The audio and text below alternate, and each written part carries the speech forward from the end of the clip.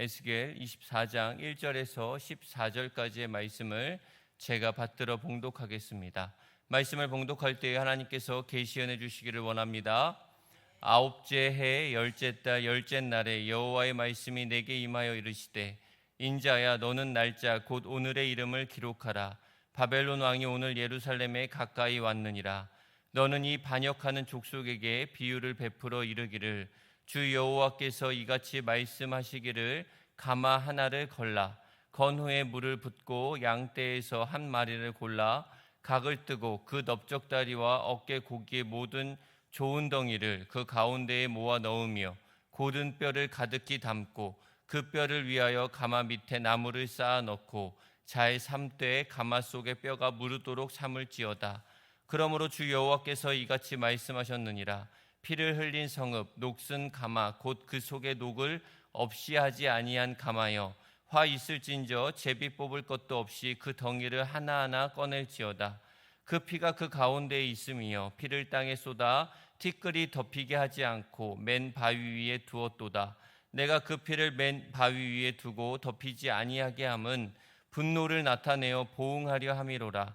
그러므로 주 여호와께서 이같이 말씀하셨느니라. 화 있을진저 피를 흘린 성읍이여, 내가 또 나무 무더기를 크게 하리라. 나무를 많이 쌓고 불을 피워 그 고기를 삶아 녹이고 국물을 졸이고 그 뼈를 태우고 가마가 빈 후에는 숯불 위에 놓아 뜨겁게 하며 그 가마에 놋을 달궈서 그 속에 더러운 것을 녹게 하며 녹이 소멸되게 하라. 이 성읍이 수고함으로 스스로 피곤하나 많은 녹이 그 속에서 벗겨지지 아니하며 불에서도 없어지지 아니하는도다. 너의 더러운 것들 중에 음란이 그 하나이니라. 내가 너를 깨끗하게 하나 내가 깨끗하여지지 아니하니, 내가 내게 향한 분노를 풀기 전에는 내 더러움이 다시 깨끗하여지지 아니하리라. 나 여호와가 말하였은즉 그 일이 이루어질지라. 내가 돌이킬지도 아니하고 아끼지도 아니하며 뉘우치지도 아니하고 행하리니 그들이 내 모든 행위대로 너를 재판하리라. 주 여호와의 말씀이니라. 아멘. 이 말씀은 살아계신 하나님의 말씀입니다. 하나님께 감사드립니다. 아멘. 오늘의 24장은 BC 588년 10월 10일에 주어진 계시입니다. 이날은 예루살렘 성이 바벨론 군대에 의해 포위가 개시되는 날이에요. 따라서 24장은 예루살렘의 파멸에 대하여 보다 직접적이고 긴박하게 예언하고 있지요. 오늘 본문은 이러한 24장의 전반부로서 녹슨 가마로 양고기를 삶는 비유를 통해 예루살렘 심판의 목적과 시한 및 이에 대한 하나님의 확고한 집행 의지를 말씀하고 있어요. 오늘 말씀을 통해 하나님께서 우리에게 주시는 메시지는 무엇일까요? 첫째, 그리스도인은 반드시 날마다 회개함으로 깨끗해져야 합니다.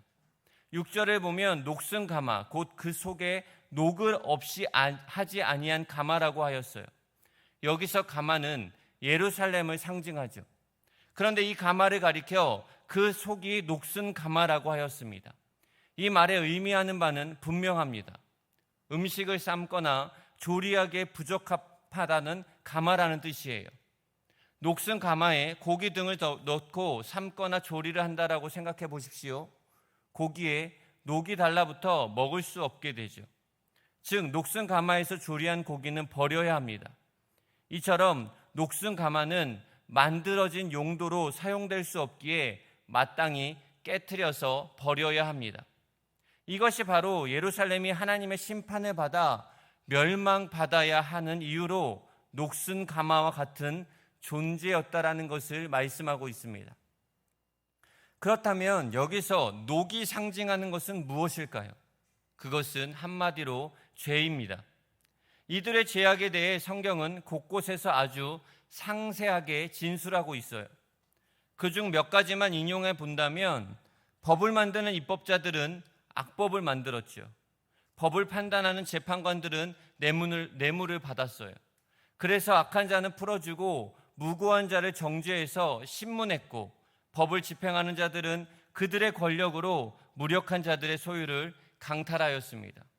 뿐만 아니라 방종과 부도덕을 도리어 부추기는 죄를 범하였습니다. 한마디로 예루살렘은 온갖 종류의 죄악이 녹이 가득 쓴 녹슨 가마가 된 것이죠. 그러면 본래 거룩한 도성이었던 예루살렘이 왜 이렇게 녹슨 가마가 되었을까요? 그래서 하나님께 버림을 받았을까요?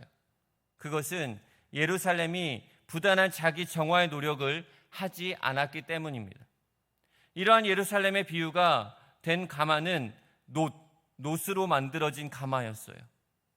이러한 놋으로 만든 제품은 불순물에 매우 취약하죠. 그래서 불순물에 조금만 오염이 되어도 쉽게 녹이 쓰는 것입니다.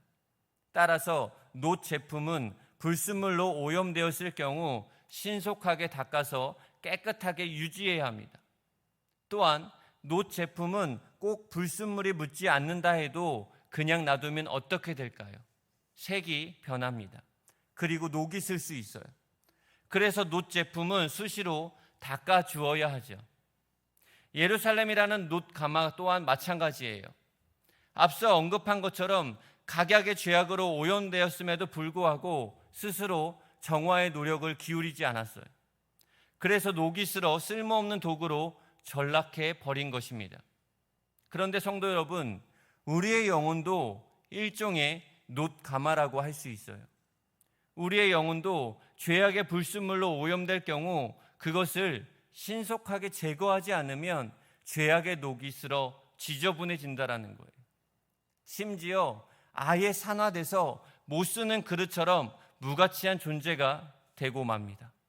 그러므로 우리는 하나님의 말씀에 비추어 자신의 허물을 보고 성령님을 의지하는 부단한 정화의 노력을 기울여야 합니다. 우리는 쉽게 죄의 유혹을 받는 본성을 지니고 있어요. 즉 우리의 영혼은 쉽사리 더러운 죄악의 불순물에 오염될 수 있다라는 거죠. 그러므로 우리들 역시도 자기 정화를 위한 노력을 기울이지 않는다면 마치 녹슨 가마와 같이 될 수 있습니다. 우리는 항상 회개의 눈물로 자기의 영혼을 닦고 또 닦아서 죄악의 불순물이 자리하지 못하게 해야 합니다. 그리고 죄와 멀어지려고 노력해야 하죠. 그리고 어떤 것이 죄인지 아닌지 정확히 분별해내야 합니다. 죄악으로 녹슨 영혼은 하나님의 심판날 버림받을 것입니다. 반대로 거룩하고 청결한 심령을 가진 자는 하나님께로부터 축복된 열매를 맺는 삶을 살게 하십니다. 그리고 마지막 날 구원의 자리로 인도하실 것입니다. 저와 여러분 모두 정결하고 깨끗한 삶을 살기 위해 부단히 노력하기를 주님의 이름으로 축복합니다. 둘째, 인간은 스스로 녹이라고 하는 죄를 제거할 수 없어요. 12절에 보면 이 성읍이 수고함으로 스스로 피곤하나 많은 녹이 그 속에서 벗겨지지 아니하며 불에서도 없어지지 아니하는도다라고 하였어요. 여기서 이 성읍이 수고함으로라는 말은 그 정확한 의미를 파악하기는 어렵지만 가장 중요한 견해는 예루살렘 사람들이 스스로 죄를 씻기 위해서 희생 제사를 드리는 것과 같은 종교 의식을 행했다라는 거예요. 우리가 성경을 보면 이스라엘 백성들은 하나님께 부지런히 제사를 드렸습니다. 유다가 극도록 타락하였을 때인 유다 왕국 말기에도 하나님께 제사를 드리지 않았을 것이라 생각할 수도 있지만 사실은 그렇지 않아요. 유다 백성들은 왕국의 종말이 가까이 이르렀을 때에 더욱 종교적 의식에 매달렸어요. 이사야서 1장을 보면 유다 백성들은 하나님께 무수한 제물을 바쳤습니다. 그리고 그러한 경향은 유다 말기라 해서 달라지지 않았어요. 그들은 그러한 철저한 종교의식으로 인하여 곰핍할 정도였습니다. 왜냐하면 유다 왕국 말기는 유다가 다른 나라와의 동맹을 추진하는 과정에서 많은 재화를 허비했습니다. 그리고 실질적인 지배국이었던 바벨론에게도 조공을 바쳤습니다. 그러한 상황에서도 그들은 하나님께 많은 희생 제물을 바쳤습니다. 그러니 그들이 어찌 궁핍하지 않을 수 있겠습니까? 그런데 문제는 그러한 수고에도 불구하고 그들의 내면의 녹이 그 속에서 제거되지 않았다라는 거예요. 즉 유다 백성들은 죄를 해결하기 위하여 하나님께 제물을 열심히 바쳤습니다. 하지만 그들의 죄는 제거되지 않았어요. 그들이 스스로의 노력으로 죄를 제거하려고 하면 할수록 더욱 곰핍할 뿐 그들의 삶은 결코 달라지지 않았습니다. 이러한 사실을 통해 우리에게 교훈하죠. 그것은 바로 인간은 근본적으로 스스로의 노력으로 죄라는 녹을 제거하지 못한다라는 거예요.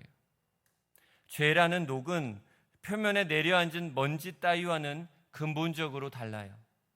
그것은 금속의 녹처럼 인간의 본질적인 측면까지 무자비하게 훼손하고 인간의 영혼 구석구석 갉아먹습니다.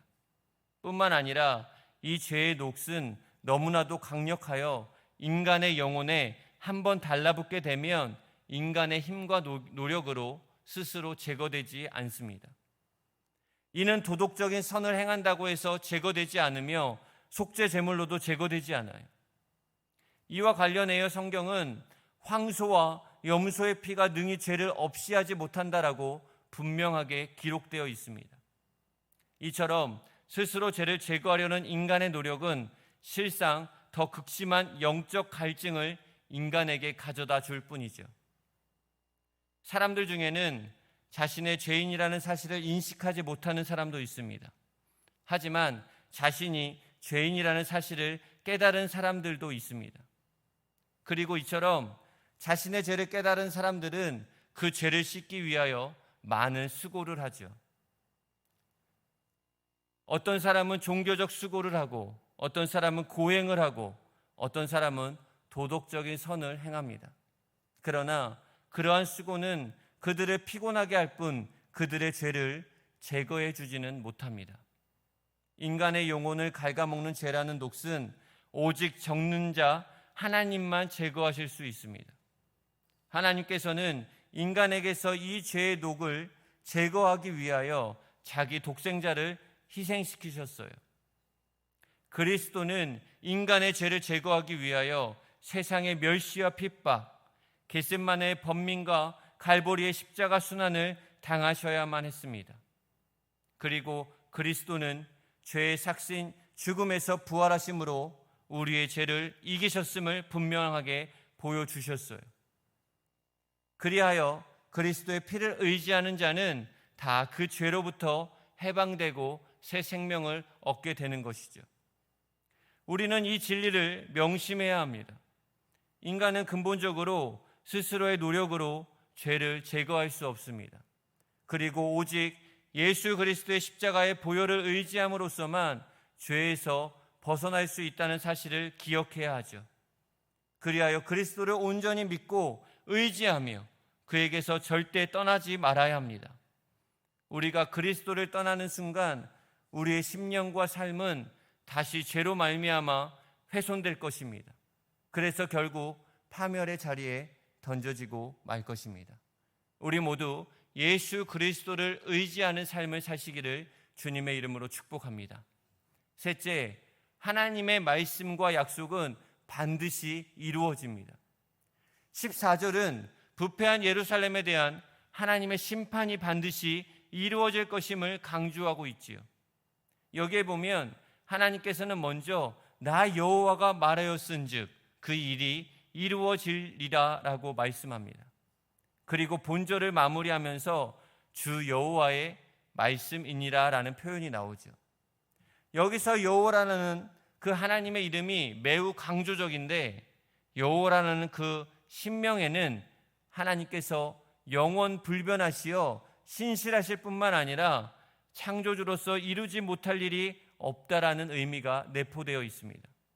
따라서 여호와가 말씀하셨다는 것은 그 안에 그 말씀이 반드시 이루어진다라는 의미입니다. 하나님께서는 이를 반드시 실현시키실 것임을 내가 돌이키지도 아니하고 아끼지도 아니하며 뉘우치지도 아니하고 행하리니 그들이 내 모든 행위대로 너를 재판하리라는 말씀으로 다시 한번 확실하게 강조하셨습니다. 그렇다면 하나님께서 하신 말씀이 진실로 그대로 다 이루어졌습니까? 그렇습니다. 정녕 하나님의 말씀은 남김없이 모두 다 이루어졌어요. 하나님께서는 강력한 진노의 불인 바벨론을 통해 녹슨 가마인 예루살렘을 완전히 불태우셨어요. 그래서 예루살렘은 멸망시켰죠.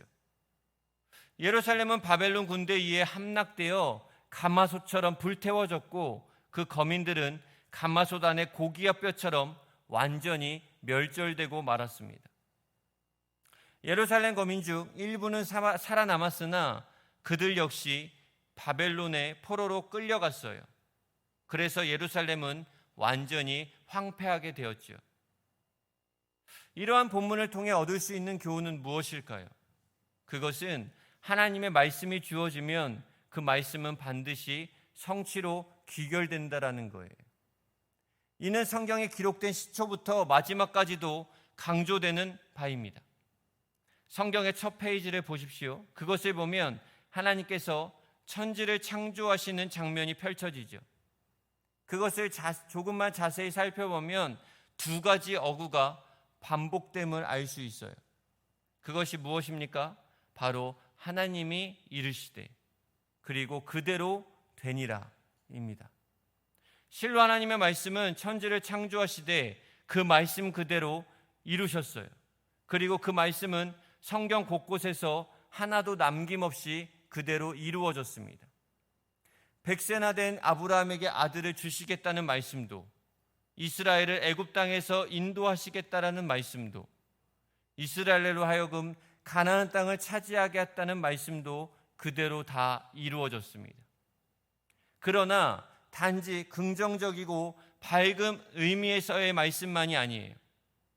당신의 형상을 지닌 인간이 범죄한다면 그로 사망에 이르게 하겠다는 말씀, 그리고 가데스 바네아에서 반역의 말, 불순종의 말을 내뱉은 자들로 하여금 광야에서 유리하여 죽게 하시겠다는 그 말씀도 다 이루어졌습니다.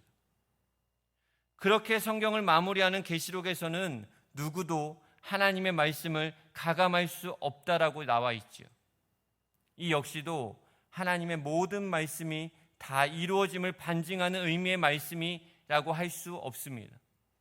그러므로 사랑하는 성도 여러분, 하나님께서 하신 모든 말씀은 능치 못함이 없으십니다. 그리고 반드시 이루어진다는 것을 믿어 의심치 마십시오.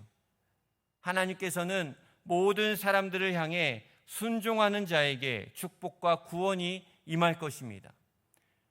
그러나 불순종하는 자, 하나님의 말씀을 믿지 않는 자들에게는 진노와 심판이 임할 것입니다. 성경이 확증하는 바 말씀의 신실함과 그 말씀의 온전한 성취를 믿으며 진정 축복된 삶, 구원과 은혜의 삶을 살기를 원하십니까?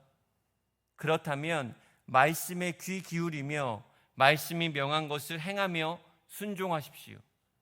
거기에 하나님은 누구도 병케할 수 없는 축복을 예비해 두셨고 반드시 순종하는 저와 여러분에게 베푸실 것입니다. 오늘 하루를 살아갈 때 죄를 멀리하며 우리의 죄를 정케하실 분은 예수 그리스도이심을 믿고 하나님의 약속의 말씀에 굳게 의지하는 저와 여러분 되시기를 주님의 이름으로 축복합니다. 기도하겠습니다. 사랑과 은혜가 풍성하신 하나님 아버지, 오늘도 저희를 새벽에 불러주셔서 말씀 앞에 서게 하시니 감사합니다. 에스겔 선지자를 통하여 주신 말씀처럼 저희의 영혼이 녹슨 가마가 되지 않게 하옵시고 날마다 회개의 눈물로 자신을 정결케 하며 성령의 도우심으로 거룩을 지켜가게 하옵소서. 주님, 이 나라를 국률에 여겨주셔서 정의와 진리가 세워지는 나라, 공의가 강물처럼 흐르는 민족이 되게 하옵소서. 주님의 몸된 교회를 세워주셨사오니 담임 목사님 성령의 충만함과 영육의 강건함을 주시고 사역 위에 기름 부어 주옵소서. 모든 성도들이 하나 되어 주의 뜻을 따르며 각자의 자리에서 빛과 소금의 역할을 감당하게 하옵소서. 특별히 고난과 아픔 속에 있는 성도들을 기억하여 주옵소서. 질병으로 고통받는 이들에게는 치유의 은혜를 허락하여 주시고 경제적 어려움 가운데 있는 이들에게는 하늘의 신령한 것과 땅의 기름진 것들로 채워주시고 관계와 마음이 무너진 이들에게는 위로와 회복을 허락하여 주옵소서.